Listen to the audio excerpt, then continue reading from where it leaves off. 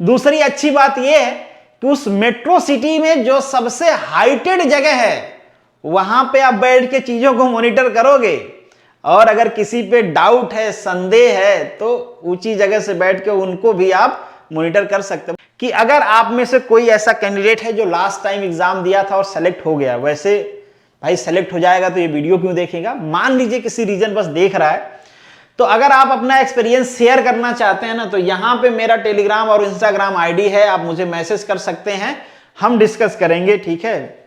YouTube पे आएगी, दूसरे लोग भी देखेंगे, आपकी स्ट्रेटजी क्या थी, कैसे पढ़ाई किया, क्या क्या पढ़ा, कैसे करना चाहिए, जो भी आप शेयर करना चाहते हैं कर सकते हैं।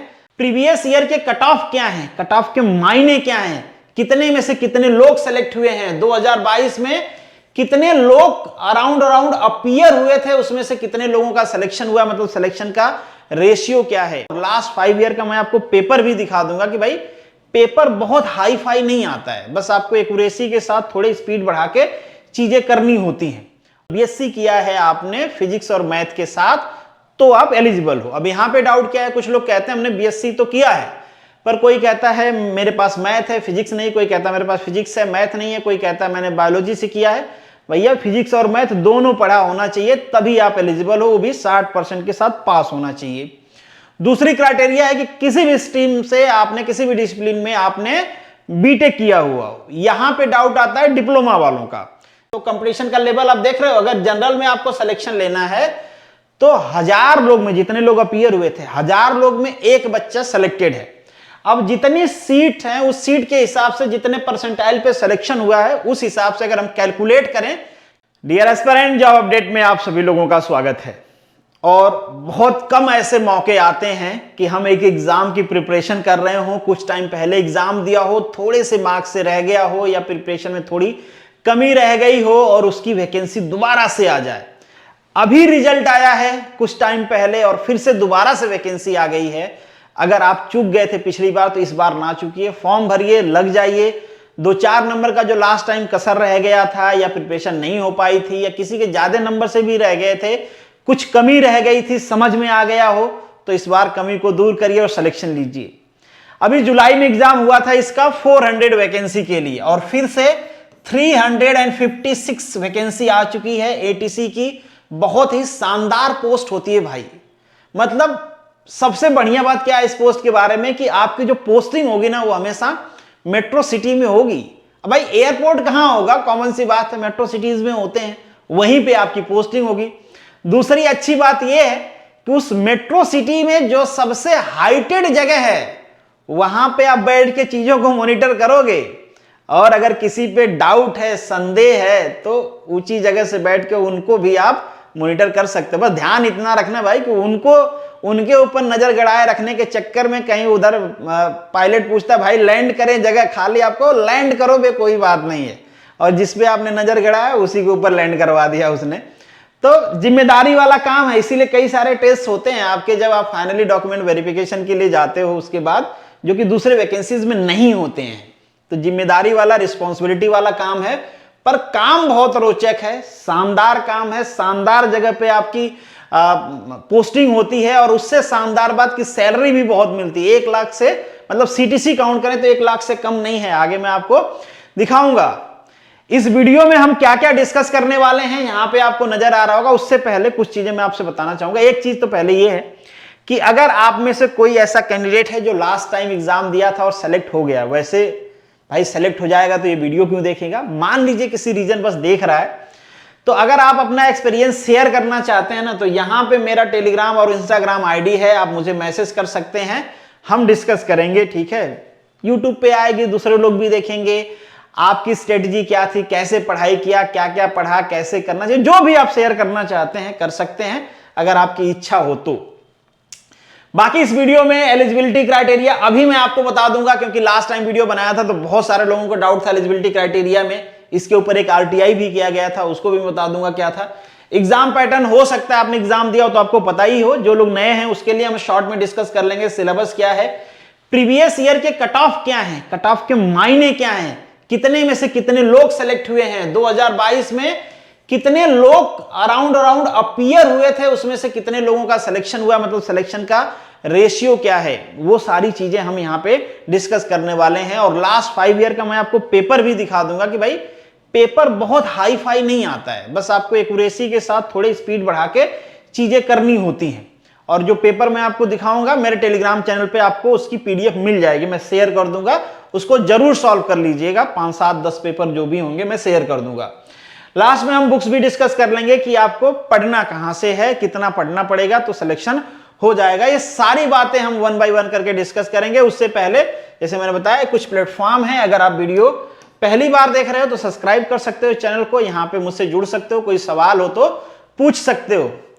किसी भी जॉब के बारे में सबसे अट्रैक्टिव चीज क्या होती है भाई, कमाई कितना है। हालांकि अंडर टेबल कमाई भी पूछते हो आप लोग, पर वो चीजें यहां पे नहीं है। सफेद व्हाइट मनी है, पर इतना है कि जीवन यापन में कोई तकलीफ नहीं होगी, बहुत लालची नहीं होगे आप। तब ऐसा नहीं कि प्लेन कंट्रोल करते करते दिमाग में आ रहा है कि विजय माल्या जैसे हम भी काहे नहीं प्लेन खरीद रहे हैं और कैलेंडर के लिए फोटो खिंचवा रहे हैं, ऐसी सब फीलिंग, मतलब ऐसी कुछ इच्छा नहीं है तो मतलब प्रॉब्लम नहीं है। जैसे मैंने कहा सीटीसी 1 लाख के आसपास हो जाएगी भाई, इतना परसेंट पर जनरली कोई कंपनी नहीं देती है। पीएसयूज कुछ देती हैं, ऑयल सेक्टर वाली, ठीक है, मिसलेनियस अलाउंसेस के नाम पे वो देती हैं, मेट्रोज में भी मिलते हैं, ठीक है। डीए आप सभी को पता है रिवाइज होता रहता है। एचआरए तो 20% मिनिमम है, इससे ज्यादा ही मिलेगा। अब मुंबई दिल्ली जैसे सिटी में तो मैक्सिमम ही मिलेगा भाई, तो एचआरए इससे ज्यादा ही मिलेगा। मतलब सैलरी बहुत अट्रैक्टिव है, सैलरी में कोई इशू नहीं है।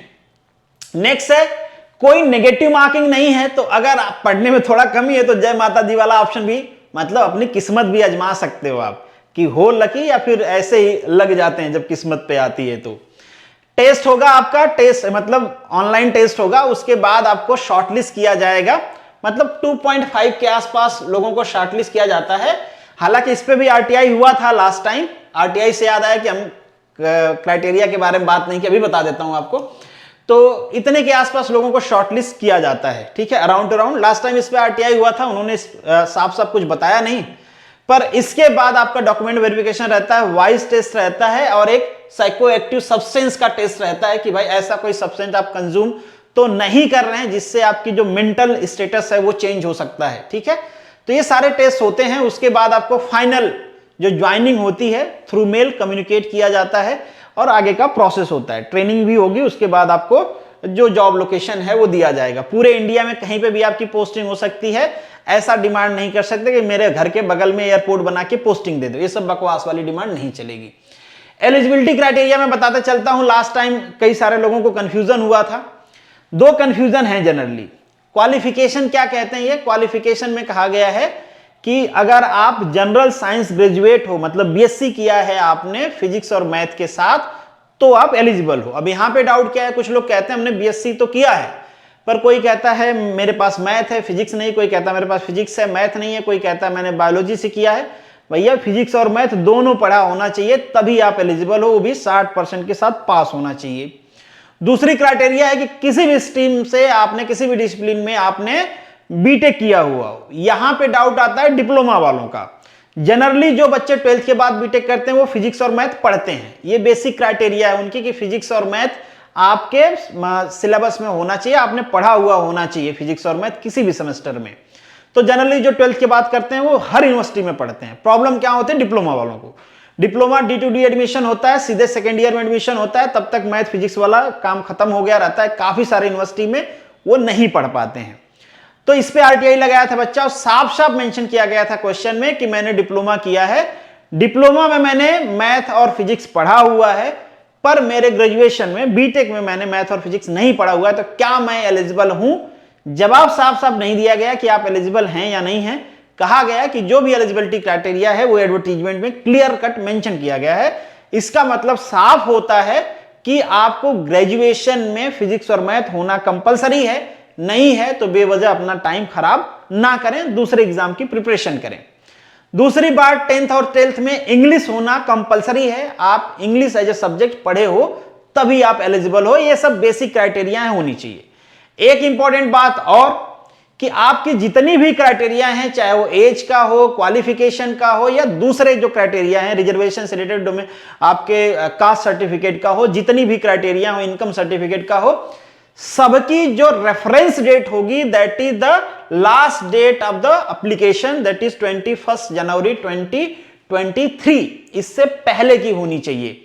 और इतना भी पहले की नहीं होनी चाहिए कि उसकी वैलिडिटी खत्म हो गई हो, मतलब इस डेट तक एटलीस्ट वैलिडिटी हो, और इससे पहले की। इसके बाद की बना के लेके जाओगे तो वो नहीं मानेंगे। डॉक्यूमेंट वेरिफिकेशन के टाइम वो बेसिकली जैसे मान लीजिए कि कोई नॉन क्रीमी लेयर का सर्टिफिकेट ओबीसी का बना के लेके चला गया और उस पर डेट पड़ी हुई है इसके बाद का, तो वो नहीं मानेंगे, क्योंकि उनकी रेफरेंस डेट है कि आपको अगर रिजर्वेशन चाहिए नॉन क्रीमी लेयर का तो सर्टिफिकेट इससे पहले का होना चाहिए। बेसिक चीजें हैं, हर वैकेंसी में ऐसा ही होता है, यहां पे भी ऐसा ही है। साफ साफ आपके एडवर्टाइजमेंट मेंशन किया गया है कि जो भी क्राइटेरिया है उसके लिए रेफरेंस डेट या फिर कट ऑफ डेट उन्होंने मेंशन किया है, वो ये डेट है।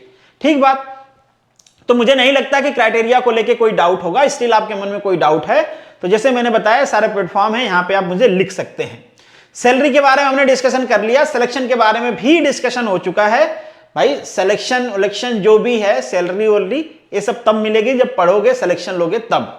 ठीक है। उसके बाद आपका डॉक्यूमेंट वेरिफिकेशन होता है मेरिट लिस्ट के बाद। उसके बाद जैसे मैंने कहा साइको एक्टिव जो सब्सटेंस होते हैं उनके कंजम्पशन का टेस्ट होता है। जैसे मैंने कहा ना, ब्रेन स्टेटस चेंज करने वाले सब्सटेंस कंज्यूम ना कर रहा हो, क्योंकि भाई वहां पे एकदम ऐसे आदमी चाहिए जिनके हाथ में कई सारी जिंदगियां हैं।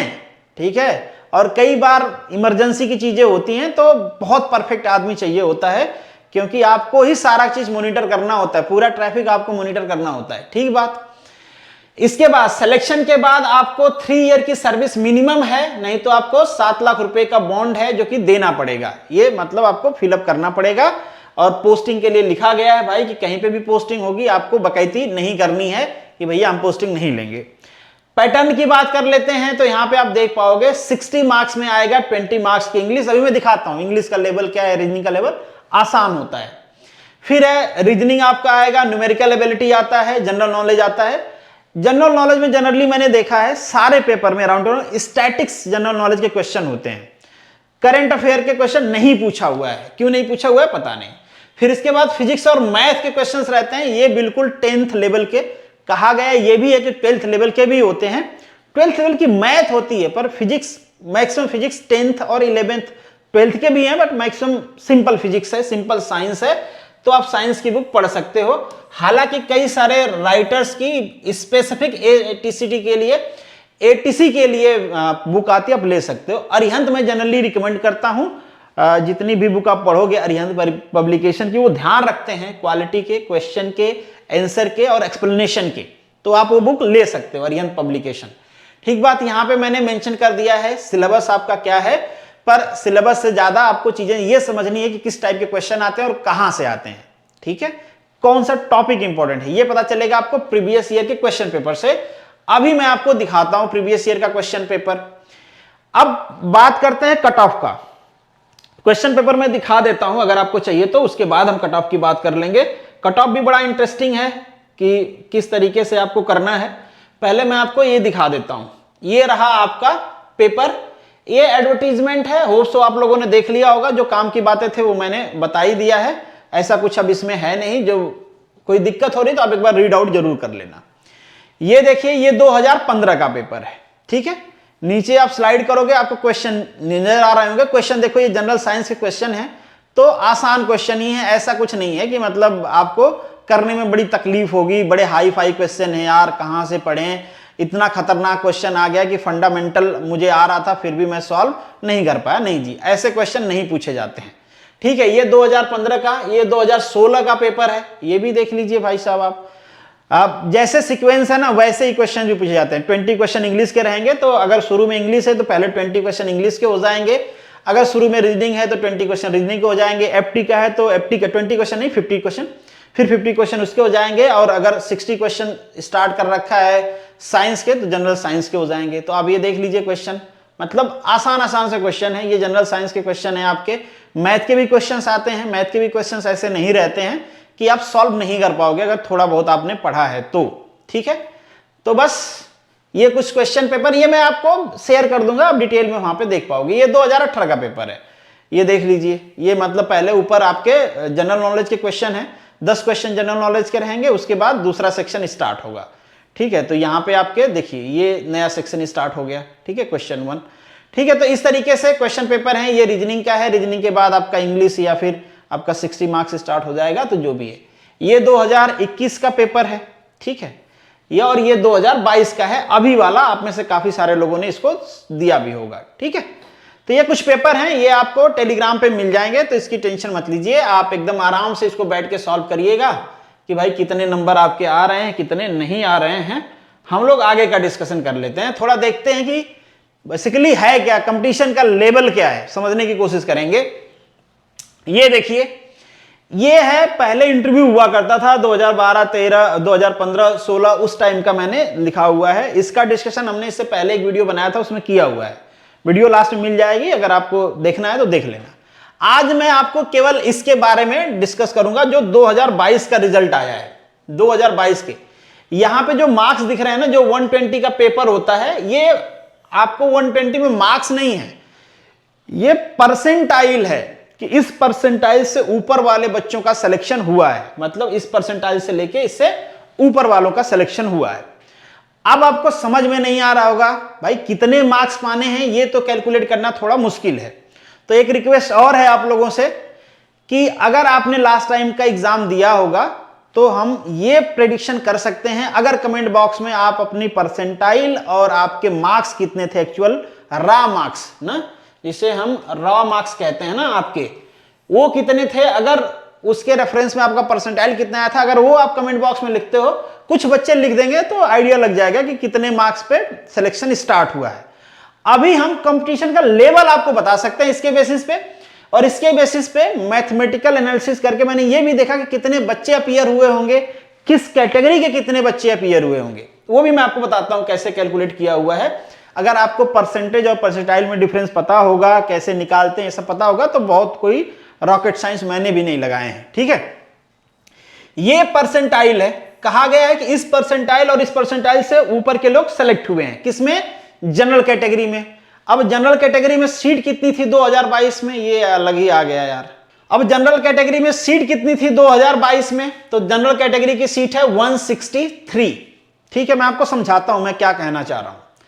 यहां पे देखिए, इसका मतलब क्या है कि इतने या इतने से ऊपर वाले लोग सेलेक्ट हुए हैं। इसका मतलब है कि 100 कैंडिडेट में 0.15 के आसपास कैंडिडेट सेलेक्ट हैं। मतलब हम कह सकते हैं 1000 कैंडिडेट में ऑन एंड अप, मतलब 1.5 कैंडिडेट, या कह सकते हैं 800 कैंडिडेट के आसपास में एक कैंडिडेट सेलेक्ट हुआ है, ठीक है। मतलब 1000 कैंडिडेट में एक कैंडिडेट सेलेक्ट हुआ है। तो कंपटीशन का लेवल आप देख रहे हो। अगर जनरल में आपको सिलेक्शन लेना है तो 1000 लोग में जितने लोग अपीयर हुए थे, 1000 लोग में एक बच्चा सेलेक्टेड है। अब जितनी सीट है उस सीट के हिसाब से जितने परसेंटाइल पे सिलेक्शन हुआ है, उस हिसाब से अगर हम कैलकुलेट करें कि टोटल कितने बच्चे अपीयर हुए होंगे, तो वो कुछ आता है आपका, मैंने कैलकुलेशन किया हुआ है। ये भाई थोड़ा वेरिएशन हो सकता है इसमें, 2 से लेके 5000 तक, पर बहुत ज्यादा नहीं होगा। मैथमेटिकल कैलकुलेशन है, मैथमेटिकल डाटा है, बहुत ज्यादा वेरिएशन नहीं रहता है। तो जो कैलकुलेशन आया है वो आया है 1,08,666 के करीब, कि इतने बच्चे टोटल जो कैंडिडेट अपीयर हुए होंगे वो इतने हैं। अब इतने में से ये अगर परसेंटाइल हम कैलकुलेट करें सिलेक्शन के हिसाब से कि कितने बच्चे रहे होंगे, तो जो कैलकुलेशन मैंने किया वो मैं आपको बताते चलता हूं। यहां पे 10,000 से लेके 11,000 कैंडिडेट आपके रहे होंगे ईडब्ल्यूएस के, 27,000 से लेके 28,000 तक। अभी एक चीज छूटी हुई है इसमें, रुकना अभी बताना बाकी है। इतने कैंडिडेट रहे होंगे आपके कुछ ओबीसी के। एससी के बात करें तो 5 to 6,000 किसके रहे होंगे, एससी के रहे होंगे। और इस एसटी की बात करें तो 2 to 3 के स्टूडेंट रहे होंगे एसटी के। ये स्टूडेंट हैं जो टोटल अपीयर हुए थे।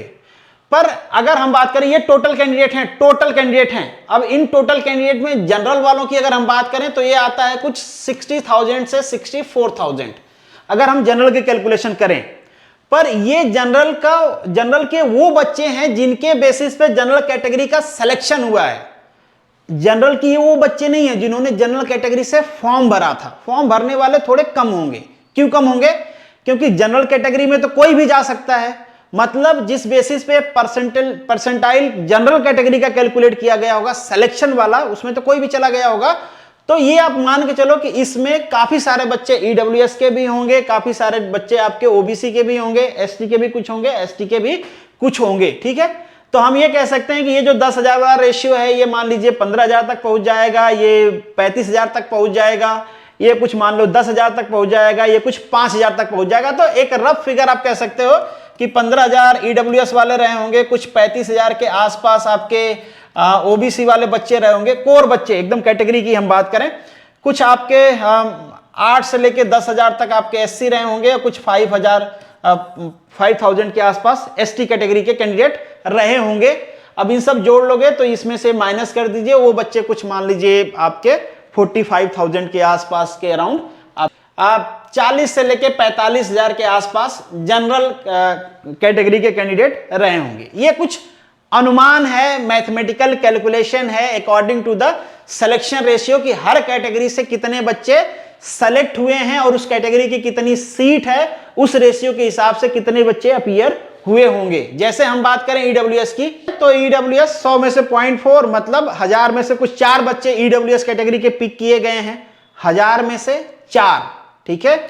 जनरल कैटेगरी का कंपटीशन कितना था, 1000 में से 1, मतलब वहां पे कंपटीशन काफी ज्यादा है।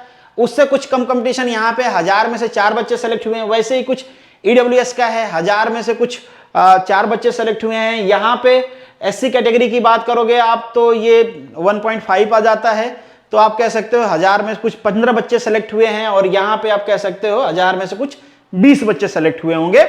तो उस रेशियो के हिसाब से आप देखो जितनी सीटें हैं उसके हिसाब से आप टोटल कैलकुलेशन करोगे तो ये कुछ मैथमेटिकल रफ फिगर आ जाएगा कि इतने के आसपास पर कैटेगरी बच्चे अपीयर हुए रहे होंगे, ठीक है। ये कुछ अनुमान है, थोड़ा बहुत वेरिएशन हो सकता है इसमें, ऐसा कुछ ऑफिशियल फिगर वहां से नहीं मिला है। अब ये 2022 की सीटें हैं, तो इसमें भी आप वही कंपटीशन मान के चलिए कि आपको 1000 में 1 तो बनना पड़ेगा अगर सिलेक्शन लेना है। तो काफी टफ कंपटीशन है। आप देख भी पाओगे कि इतना परसेंटाइल होने का मतलब है भाई कि 0.5%, 0.15% जो बच्चे हैं ना, उन्हीं में 163 सीटें फिलअप हो गई थी। कितनी पिछली बार सीटें थी, 163 थी ना, टोटल 163 सीटें, बस उतना ही परसेंटेज में फिलअप हो गई थी। तो कंपटीशन तो है ही ज्यादा, ठीक है। तो आपको पढ़ना तो पड़ेगा। कितने मार्क्स तक ला रहे हैं बच्चे ये तब पता चलेगा जब नीचे कमेंट आएगा कि भाई कितने मार्क्स के आसपास कितने परसेंटाइल आ रहे थे, तो उसके अराउंड हम पता कर सकते हैं कि इतने के आसपास कट ऑफ आपका गया रहा होगा। यहाँ पे तो मेंशन नहीं है, बाकी कुछ मैंने अपने मर्जी से यहाँ पे बुक्स दे रखे हैं, पर मैं रिकमेंड करूंगा कि अभी शुरुआत आप करो तो प्रीवियस ईयर के क्वेश्चन पेपर सॉल्व कर लो, और अरिहंत पब्लिकेशन की बुक आती है एटीसी के लिए, वो आप परचेज कर लीजिए। अरिहंत की नहीं है, किसी और की आप पढ़ रहे हो तो कोई बात नहीं, पहले ये पढ़ लीजिए, फिर टाइम बचता है तो इंडिविजुअली आप क्वेश्चन पेपर सॉल्व कर सकते हैं। जो यहाँ पे आपको ऐसे नहीं कि मेंस के एकदम जो हाई फाई क्वेश्चन है वो पूछे जाएंगे, नहीं, जो आसान वाले क्वेश्चन होते हैं ना वो अपीयर हो जाते हैं। पेपर आप देखोगे, एनालाइज करोगे तो आपको पता चलेगा। वही हाल कुछ नीट वाले का है, फिजिक्स मैथ आप वहां से कर सकते हो, फिजिक्स तो दोनों से आप कर सकते हो, पर आसान वालों पे फोकस करना है, टफ वालों को छोड़ देना है। बिल्कुल आसान क्वेश्चन पूछा जाता है, बहुत टफ नहीं होता है, ठीक है। तो होप सो कि काफी सारी चीजें हमने यहाँ पे डिस्कस कर लिया है। अगर स्टिल आपके मन में कुछ चीजें बच गई हैं कि नहीं ये डिस्कशन नहीं हो पाया, इसमें हमको डाउट है, तो कमेंट बॉक्स में, जैसे मैंने बहुत सारे प्लेटफॉर्म बताया, वहां पे आप मुझे लिख सकते हो, रिप्लाई आपको जरूर मिलेगा। चलिए मिलेंगे नेक्स्ट वीडियो में, तब तक के लिए all the best, good luck and जय हिंद।